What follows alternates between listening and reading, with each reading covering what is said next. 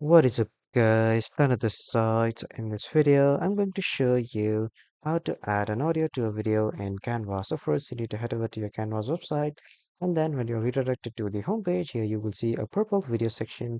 Click on this, and after that, here you can see there are multiple formats. So if you have any of the downloaded video in your PC, you can just choose a format and then upload that particular video. Now, if you don't have any of the video, you can choose the pre-built template videos from Canva, and after choosing, you need to click on it once, and then in the new tab, it will start opening. From here, you can just edit it and add an audio.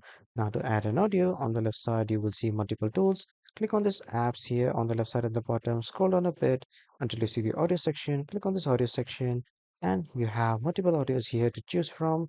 So, if you have Canva Premium, you can choose the Canva Premium audios.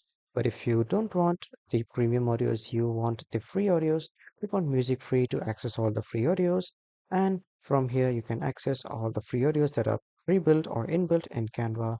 So let's say I like this audio. I'll click on it once and then I'll add it to the timeline. And after that, I can just share it, save it, whatever I'd like. So that was all for this video, everyone. Thank you for watching.